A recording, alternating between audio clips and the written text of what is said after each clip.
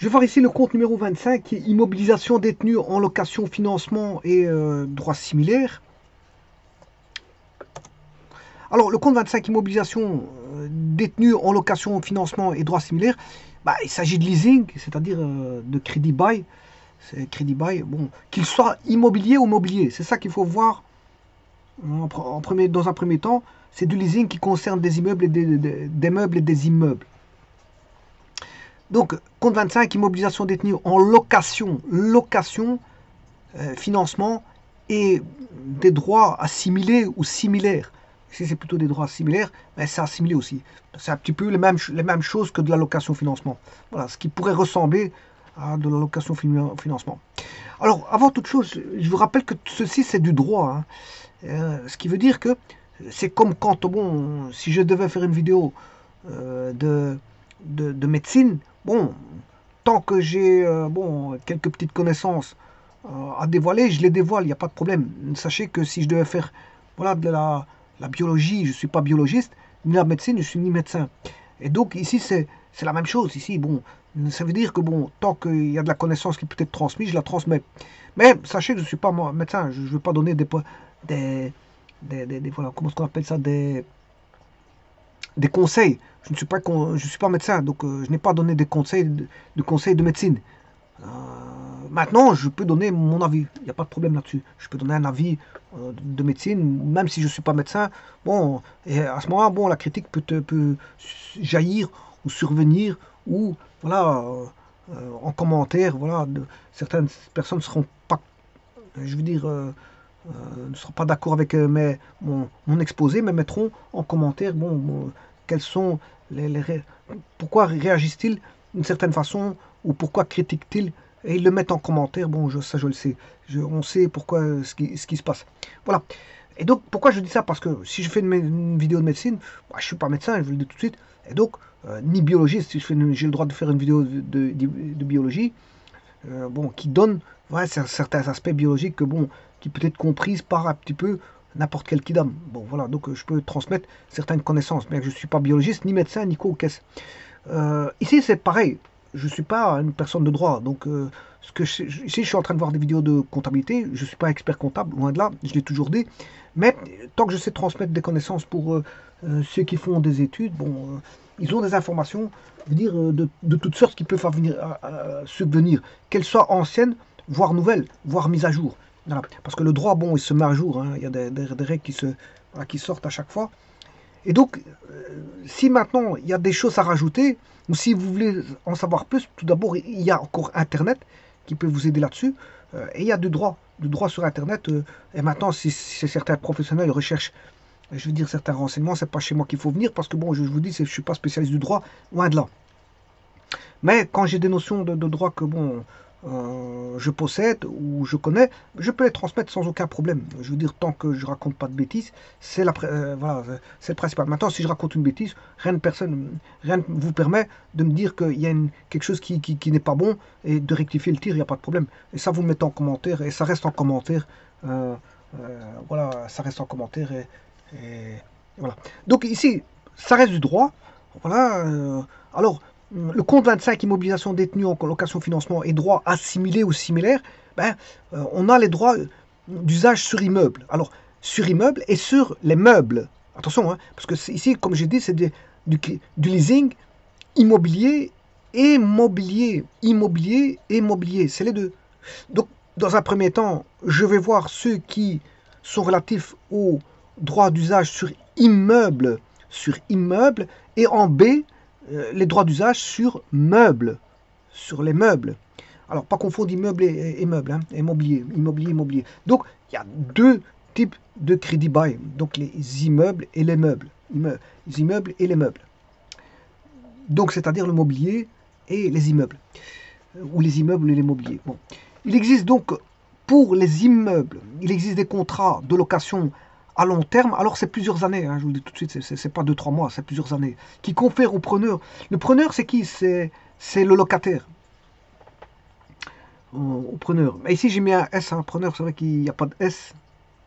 Ou alors les locataires. Le locataire ou les locataires. Voilà. Alors, comme je vous dis, c'est du droit. Dès le moment où vous signez un contrat bail, ben, vous êtes soumis au règlement, aux droits y afférents, hein, ça d'office. C'est pour ça qu'il faut toujours lire, voilà, comment est-ce qu'on appelle ça, les documents qui sont relatifs, je veux dire, au contrat ou à la convention. On peut avoir un contrat, une convention, peu importe. Mais en tout cas, il y a des articles qui, dès le moment où il y a une signature, ben, il y a l'usage du droit qui va primer par rapport au contrat. Donc il faudra respecter certaines choses. Sinon, si vous êtes en dehors du contrat, ben, vous êtes, je veux dire, répréhensible par rapport au contrat. Donc c'est pour ça que là, il y a des droits d'usage. Donc c'est par rapport au domaine du droit. Une fois que vous signez, ben, le preneur, le locataire, ben, il est lié par un contrat de droit. Et donc, bon, maintenant, s'il n'est pas content, ben, je veux dire, il a toujours les tribunaux pour aller faire valoir ses doléances et pour essayer d'avoir une rectification, voilà, ou un changement complètement de sa donne. Alors, il ne sera pas forcément gagnant, voilà, mais il peut toujours essayer, tout en restant, en respectant, je veux dire, les droits d'usage, voilà, le droit. Alors, bien sûr, ici, ça concerne des biens immobiliers. Hein. Comme je l'ai dit ici, dans un premier temps, je vois les biens, les droits d'usage sur immeuble. Alors, il existe différents types de contrats de location à long terme. Bon, je vais en voir, ici, je vais en voir 4. Je vais en voir 4. Maintenant, rien ne vous empêche d'aller voir ce qui existe. Bon, il n'y en a pas forcément 4, mais en tout cas, moi, je vais en décrire que 4. Alors, il existe des contrats de location, bien sûr, sur les immeubles. Hein. Je suis toujours sur les immeubles de location, tels que le bail commercial, l'amphithéose, le droit de superficie et le crédit bail. Donc, je répète, le bail commercial, l'amphithéose, le droit de superficie et le crédit bail. Le bail commercial, l'amphithéose, le droit de superficie et le crédit bail. Et ça, c'est sur les immeubles. Donc, sur les immeubles, nous aurons les contrats de location, le bail commercial, l'amphithéose et le droit de superficie, le crédit bail. Alors maintenant, les voici. Alors, quelle est la différence entre les 4? C'est pas 5, c'est 4 que j'ai dit. Bon, j'ai compté 5, mais c'est 4. C'est vrai qu'il y a le bail commercial, l'amphithéose, le droit de superficie, le crédit bail immobilier. Donc tout ça, c'est pour l'immobilier. Hein. C'est pour l'immobilier, je répète encore une fois, l'immobilier, parce qu'après, on reviendra pour le point B, le mobilier. Le mobilier. Alors, on va dire ça comme ça. Donc, on a le bail commercial de 9 ans minimum. Ça, c'est pour le bail commercial, avec, bien sûr, le respect du droit d'usage, bon, qu'il faut lire quand vous signez le contrat. Vous avez, voilà, tous les articles qui afférents au bail commercial. Donc, il faut lire les articles, absolument. Parce que, je veux dire, une fois que vous menez une signature, ben, il faut respecter, je veux dire, le bail commercial. Voilà, il faudra respecter le droit d'usage. Donc bien lire les notices qui vous sont données. C'est toujours, quand vous signez, avant de signer, je dirais, on lit pas quand on a signé. On lit d'abord et on signe après. Parce que la signature, c'est quelque chose de très, je veux dire, si vous signez et que vous défendez pas vos droits, ben vous êtes d'office en tort. Hein. Dans le cas où on vous déclare en tort et que vous signez votre tort, vous êtes d'office en tort, hein, même si c'est pas vous qui avez fait quoi ou qu'est-ce, vous avez signé, c'est vous qui êtes responsable. Hein. Une signature, voilà, ça mène tout droit à des gros problèmes si maintenant, je veux dire, on ne sait pas revenir en arrière pour des signatures. Hein. Voilà, en général, on ne sait plus revenir en arrière. Une fois que vous avez signé, la signature elle est là, on va vous dire vous avez signé, c'est trop tard. Donc c'est pour ça qu'il faut toujours lire les règles d'usage, les règles du droit d'usage par rapport au bail commercial, par rapport à l'amphithéose, par rapport au droit de superficie, par rapport au crédit bail immobilier. Tout ça, c'est par rapport à l'immobilier. Et donc, si vous n'êtes pas encore,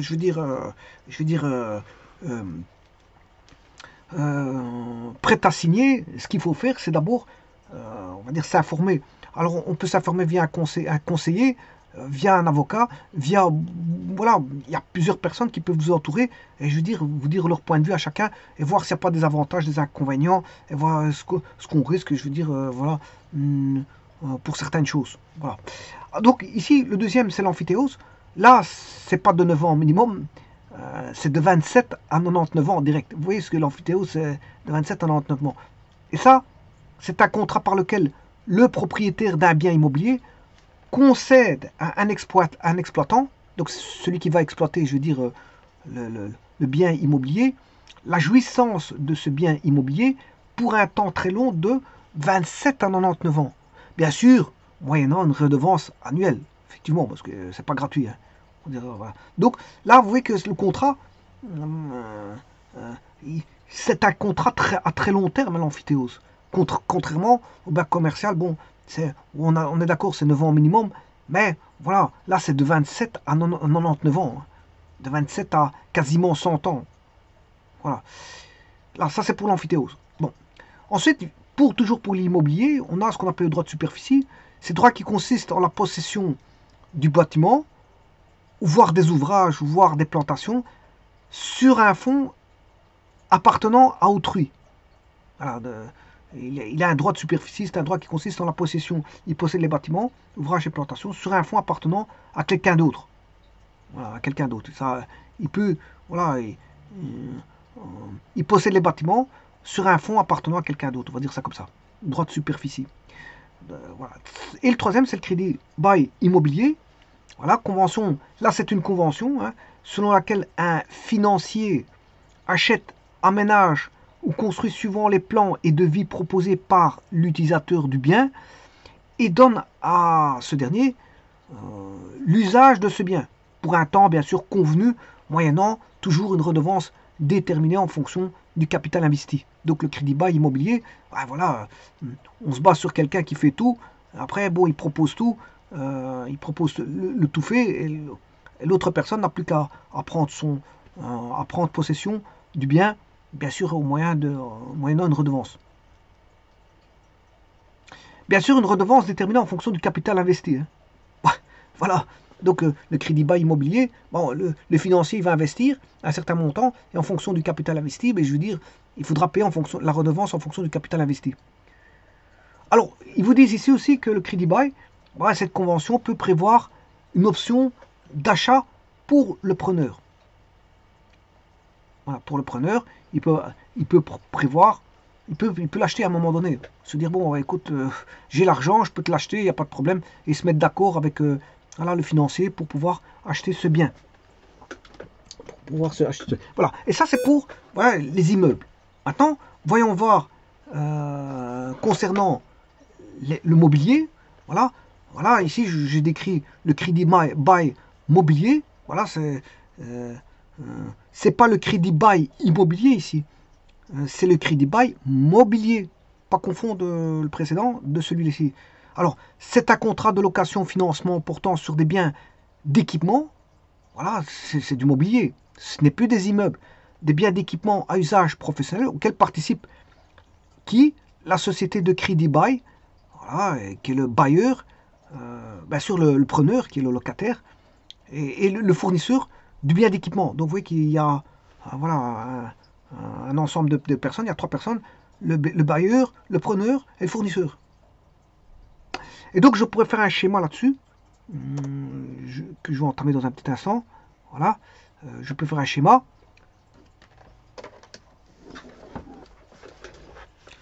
Donc il y a le crédit bail mobilier.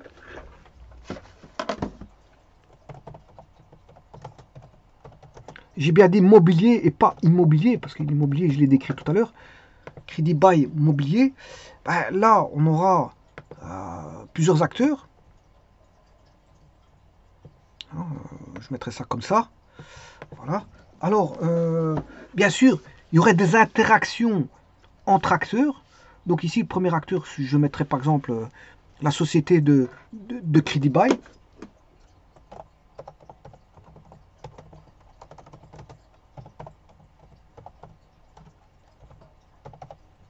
C'est société de crédit bail. On va dire, il y a le preneur qui est le locataire, hein, que je vais mettre à droite. Locataire, qui est le preneur. Voilà, et on a bien sûr le fournisseur d'équipement. Ça concerne le mobilier ici. Hein. fournisseur d'équipement. On va dire ça comme ça. Alors, les interactions. Les interactions, bah, il y a les interactions, bien sûr. Petit instant, parce qu'ici, je vais juste faire...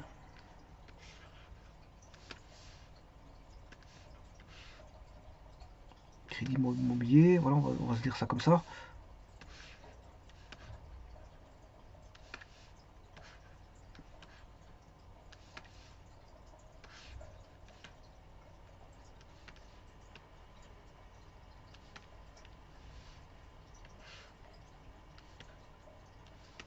Alors, les interactions sont les suivantes. Ben, on aura une interaction que le fournisseur doit fournir au locataire du matériel. De fournir du matériel.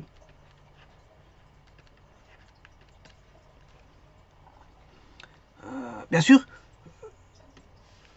ici, on aura, quand il reçoit son matériel, il y a des accusés de réception. Ouais, d'accord, j'ai reçu le matériel en bon état, bon, j'ai pas reçu le matériel, il manque du matériel, etc. Accusé de réception, voilà, du matériel, on a un accusé de réception. Vis-à-vis le locataire, vis-à-vis de la société de crédit bail, ben, il y a un contrat de crédit bail, il y a un contrat qui doit lire de manière minutieuse. Et s'il a des questions à poser, il les pose. Mais il doit être, je veux dire, tout doit être clair dans son esprit au niveau des règles qui vont survenir. Crédit, contrat du crédit bail. Voilà. Et là, il y a entre le fournisseur d'équipement voilà, et la société, il y a un contrat d'achat. Il y a un contrat d'achat.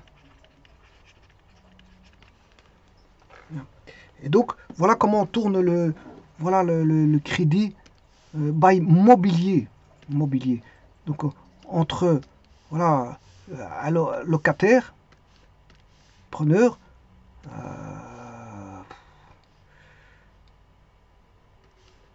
un fournisseur d'équipement, et voilà, une société de crédit bail. Donc il y a trois acteurs, si vous voulez, il y a trois acteurs. D'un côté, il y a un contrat d'achat entre le fournisseur d'équipement et la société de crédit bail. Il y a entre le locataire et la société de crédit bail, qui est le locataire qui est le preneur, il y a un contrat de crédit bail que la société de crédit bail va faire signer au locataire. Et bien sûr, le fournisseur va fournir le matériel au locataire et aura un accusé de réception qui sera reçu.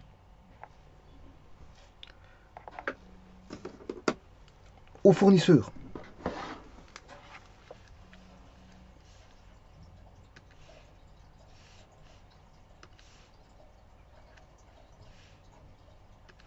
Accusé de réception. Et là, tout le monde est d'accord. Tout le monde est d'accord. Je veux dire, le locataire, quand il reçoit le matériel, il envoie l'accusé de réception. Il est sûr et certain que le matériel est en bonne et due forme, de qualité et en quantité, fourni en quantité comme indiqué. Voilà, les quantités y sont, la qualité y est, il n'y a pas de matériel cassé. Voilà, tout est bonne et due forme. Il a fait un accusé de réception. Le fournisseur acquiesce. Voilà, il y a entre-temps, bien sûr, avant ça, il y avait eu un contrat d'achat avec le fournisseur et la société de crédit bail. Et puis, le locataire, qu'est-ce qu'il fait? Il fait un contrat de crédit bail. Avec ça, c'est au départ. Hein. Le premier, c'est le contrat de crédit bail. Hein. D'abord le crédit de bail, ensuite le contrat d'achat et puis après le matériel. Voilà, donc crédit bail, contrat du crédit bail, contrat d'achat, et ensuite, après les contrats, c'est le matériel qui est fourni, ensuite l'accusé de réception. Donc voilà, donc ça va suivre ceci. On aura d'abord le contrat ici, ensuite on a le contrat d'achat, ensuite le matériel qui est fourni, et ensuite on a l'accusé de réception, et tout le monde est content. Et puis ça peut tourner comme ça, je veux dire, tant qu'il y a, je veux dire, des contrats, mais voilà, sur du mobilier.